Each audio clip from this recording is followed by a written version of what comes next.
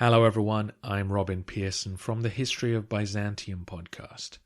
If you like Roman history, then I'm sure you'll enjoy my show. It picks up right where the History of Rome podcast left off and chronicles the dramatic trials and travails of the Eastern Romans as they fight on through the Middle Ages. I mean, you're already listening to one podcast by a Brit talking about a big empire, so why not one more? Find it at thehistoryofbyzantium.com or wherever you get your podcasts. Now, back to Sam.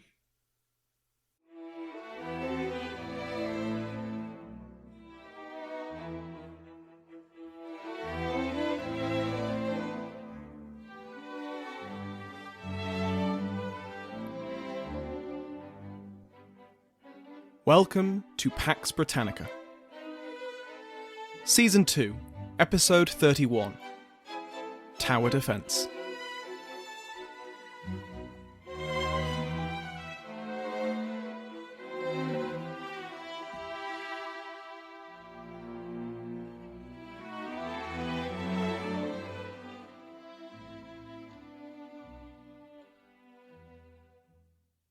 Welcome back to Pax Britannica. I'm your host, Samuel Hume. Last week, we caught up with events in the southwest of England, in Cornwall and Devon, where the royalist Sir Ralph Hopton turned a small contingent of cavalry into an army, and how he attempted to use this army to break into the parliamentarian strongholds in Devon, the fortified ports of Plymouth and Exeter. Hopton achieved an enormous victory over the parliamentarian forces under Colonel William Riven, a Scottish officer who had blocked Hopton's advance to the east. At the Battle of Braddick Down, more than a third of Riven's force of 4,000 men were captured, with Riven himself forced to flee back to Plymouth. But even with this victory, Hopton was unable to continue east, and the southwest became something of a stalemate. In the north, we saw how the Earl of Newcastle faced new challenges after his run of successes. Queen Henrietta Maria returned from the continent with arms, ammunition, and supportive words for her husband from the other rulers of Europe, but not much else. Despite Charles's hope there would be no foreign intervention in the English Civil War, well, not from the continent, anyway. And in the south we saw the establishment of the associations, county groupings under single authorities to better marshal their resources for the war effort. We also covered the success of William the Conqueror Waller, as he went from victory to victory. His commanding officer, the Earl of Essex, was not a fan. We'll start off today with the Battle of Hopton Heath. Without getting into the weeds any more than I need to, Parliament was doing worryingly well in the Midlands by the beginning of March 1643. So Charles dispatched the Earl of Northampton at the head of a force to recapture the town of Lichfield, and then prevent any further advances from the parliamentarians. The parliamentarians were led by John Gell and William Brereton, and they'd been causing no end of trouble for the royalists. So when Northampton received intelligence saying that the two commanders were taking their force to besiege the royalist town of Stafford, Northampton acted. He divided his force. Most of the infantry would continue on to Lichfield and begin a siege of their own. Northampton would lead his cavalry and his dragoons, with a small contingent of foot, to defend Stafford. The two parliamentarian commanders had agreed to muster at Hopton Heath, combine their forces, and advance from there on to Stafford. Gell arrived first, and set up his troops on a slope. The main thing to keep in mind about his deployment was the presence of a small house and low stone wall, behind which he placed his infantry, with the bulk of his cavalry on the other side of the wall.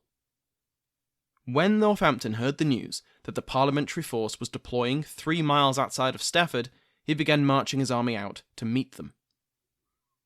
When the two armies met, Northampton sent his foot to duel with a line of musketeers on his right flank, but this was inconclusive. Northampton didn't have enough infantry to effectively defeat the musketeers. Much more effective was a 29-pounder cannon which Northampton had brought along, which a royalist present at the battle described as one very good piece, which did great execution. For the first shot, killed 6 of their men and hurt 4, and the next made such a lane through them that they had little mind to close again." End quote. The artillery and musketeer duel went on for about half an hour, before Northampton realised something very important. He was only facing Gell. Briarton was nowhere to be seen. This was an opportunity he was unwilling to let slip by, and he prepared his men to charge.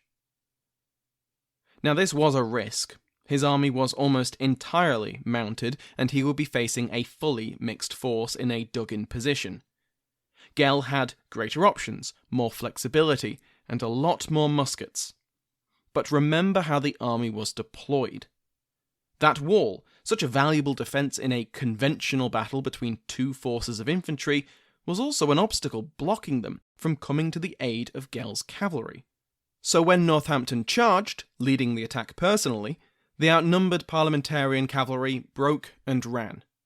Most of them fled the field, but some retreated around the wall and to the safety of the infantry. Now Northampton rallied his men and ordered a second charge, this time against the now isolated infantry taking shelter behind the wall. This was only a low wall, and the horses easily jumped the stones, and a bloody fight broke out, which the Royalists got the best of. The infantry fell back, and 8 of Gell's artillery pieces were captured. But now the higher proportion of infantry began to take its toll. Without the interference of enemy infantry, the musketeers poured volley after volley into the Royalists, while the pikemen began their grim work. The horses, tired from the battle so far and struggling with the uneven ground, lots of rabbit holes, they were worn down, and eventually the Earl of Northampton himself was unhorsed. He went down fighting, killing a number of infantry before being surrounded and offered quarter. Royalist accounts say he, quote, "scorned to take quarter from such base rogues and rebels," end quote. Fair enough, those base rogues and rebels might have said, and Northampton was cut down by a halberd. A third cavalry charge, led now by Thomas Byron, forced the infantry back once more, but they couldn't press the advantage. It was getting dark, and the horses and men were exhausted.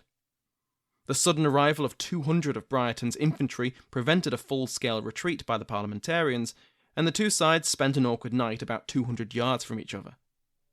Eventually, Gell and Briarton, who'd arrived, better late than never, decided to withdraw, leaving the Royalists in command of the hill.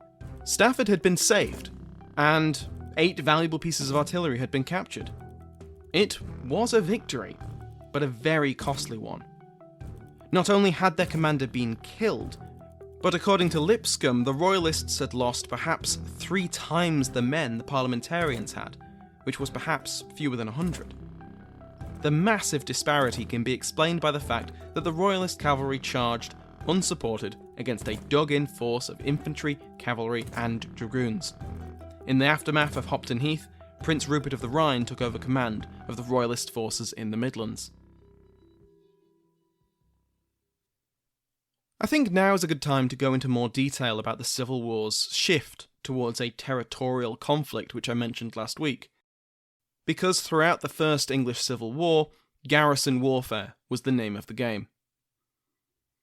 As the name would suggest, garrison warfare centred around the garrisoning of strongpoints, cities, towns, and ports, to better control and defend key points of value.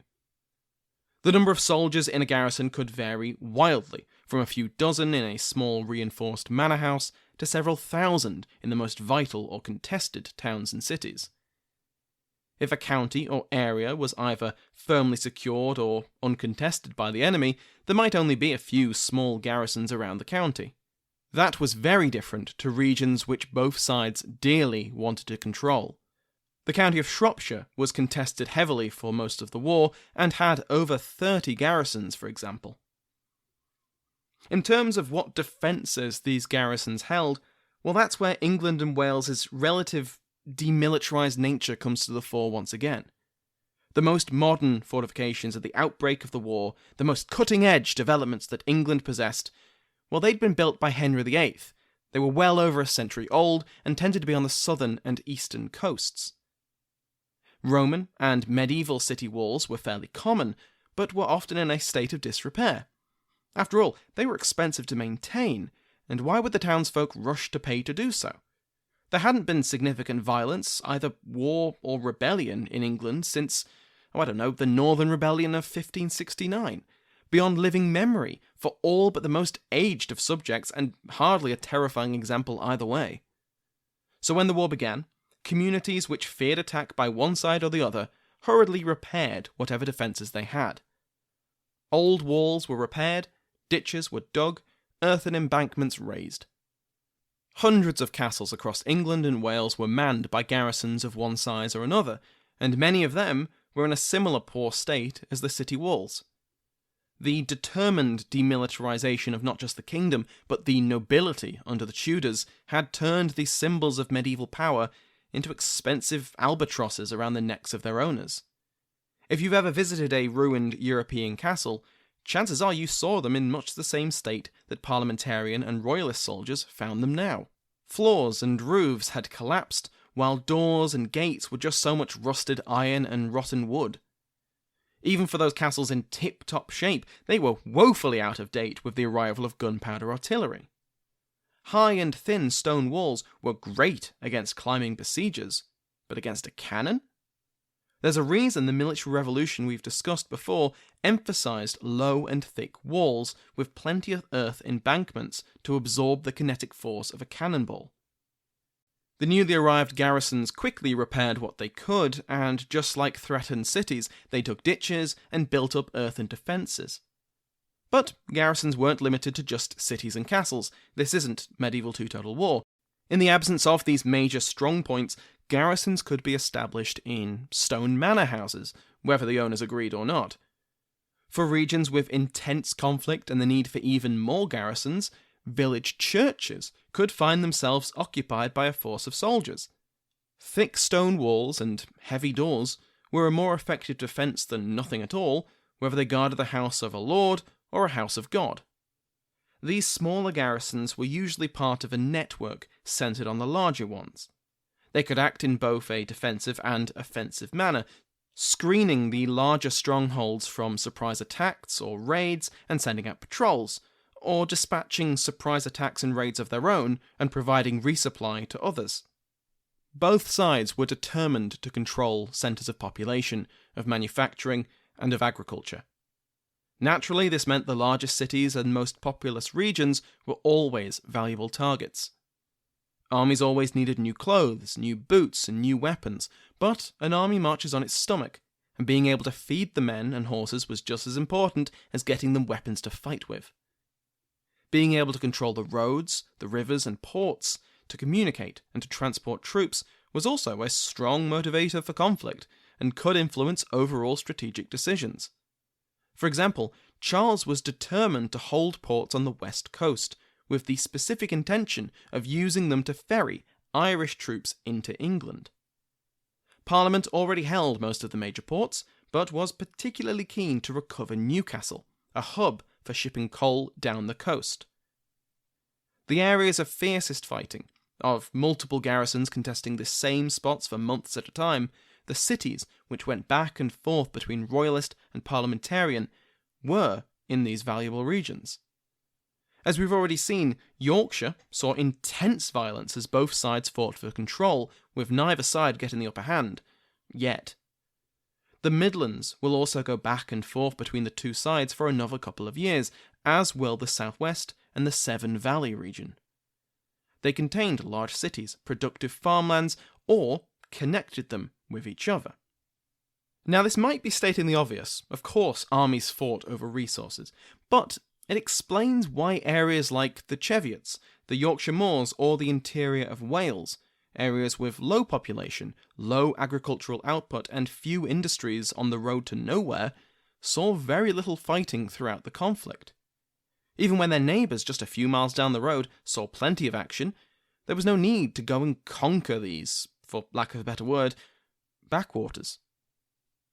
This is one of the reasons Peter Gaunt states that maps, even his own maps, which show England and Wales as roughly evenly divided between king and parliament in spring 1643, can be misleading, because it suggests that both sides were evenly positioned at this point, and that isn't the case. By spring 1643, Parliament controlled the majority of these valuable regions. Most of the largest cities were in their hands, including London, and they would keep hold of a lot of them throughout the entire war.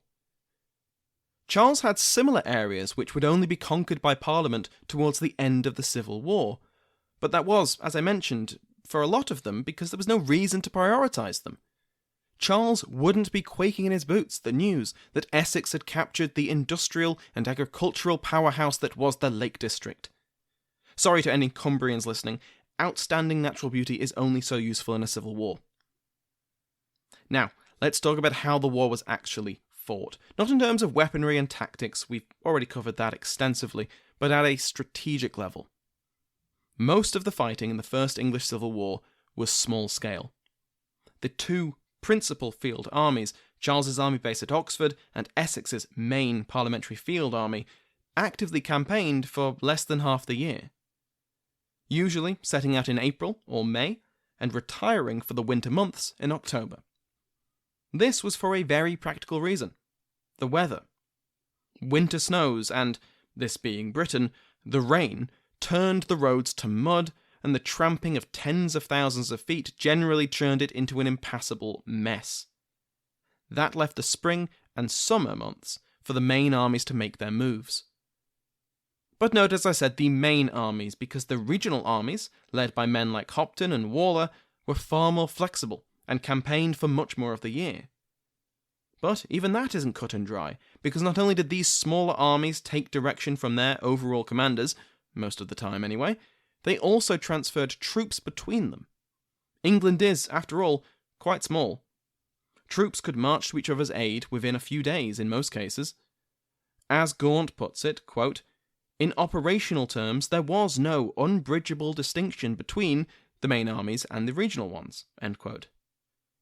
To this end, at multiple times, Charles was able to boost his main force of around 10,000 men to close to 15,000 men by drawing on these satellite forces, while also leaving them enough manpower to continue their own campaigns. Which brings us to numbers. Like I just mentioned, the main royalist force at Oxford averaged around 10,000 men. In the north, the Earl of Newcastle actually commanded more men on average than his king, at around 12 to 15,000 men. Regional armies like those commanded by Hopton, Prince Rupert and Prince Maurice were usually between 3,000 and 6,000 men. Across the Isle, the Earl of Essex's main parliamentary force varied in size between 9,000 and 14,000 men, and like the Royalists could rely on reinforcements from the regional commands. Some of these were quite large. The Eastern Association Army reached around 15,000 men. But more common were armies such as Waller's, numbering around the same as Royalist regional armies at around 5,000 to 6,000 men. One huge advantage to Parliament was London and its trained bands. The militia still had its problems serving away from home, but on multiple occasions Essex was able to draw on them for major engagements. By autumn 1643, though, both sides will have resorted to conscription and impressment to maintain their armies, with the obvious disadvantage of rampant desertion among conscripted men.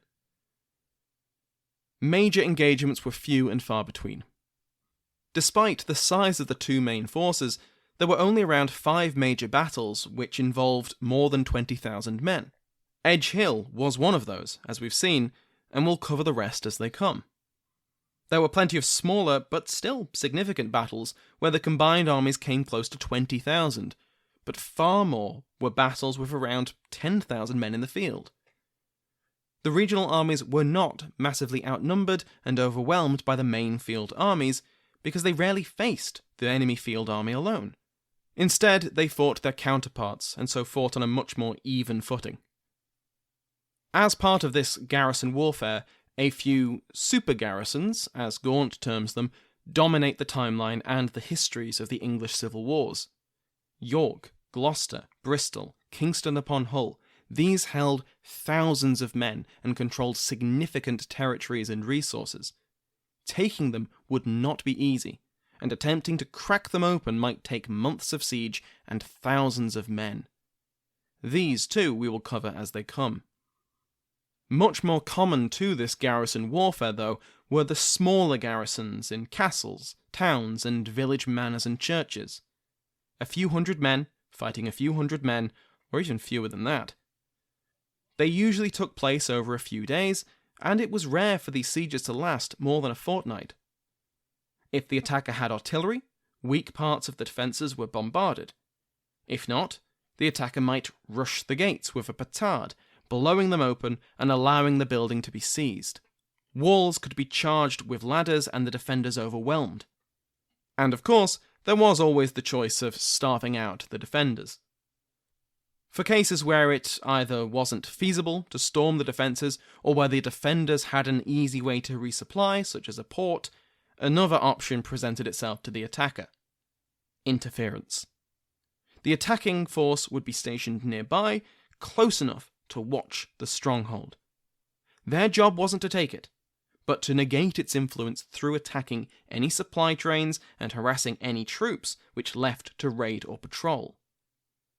This was the approach taken with Plymouth by the Royalists, for example. Far more common than battles and sieges, even these small sieges, raids and skirmishes would remain the most widely experienced form of warfare throughout the First English Civil War, as garrisons contested their regions, made opportunistic raids on travelling enemy columns, or pillaged resources from enemy-held areas. Next time, we will cover the events of the summer of 1643, and see how the First English Civil War truly becomes a war of three kingdoms. Because, as I hinted earlier, while there wouldn't be a military intervention from Europe, Scotland and Ireland are about to enter the English fray. In the meantime, go and listen to The History of Byzantium by Robin Pearson. It's one of my favourite podcasts, and I listen to a lot of podcasts. Robin covers the Roman Empire after the quote-unquote fall of the Western Roman Empire.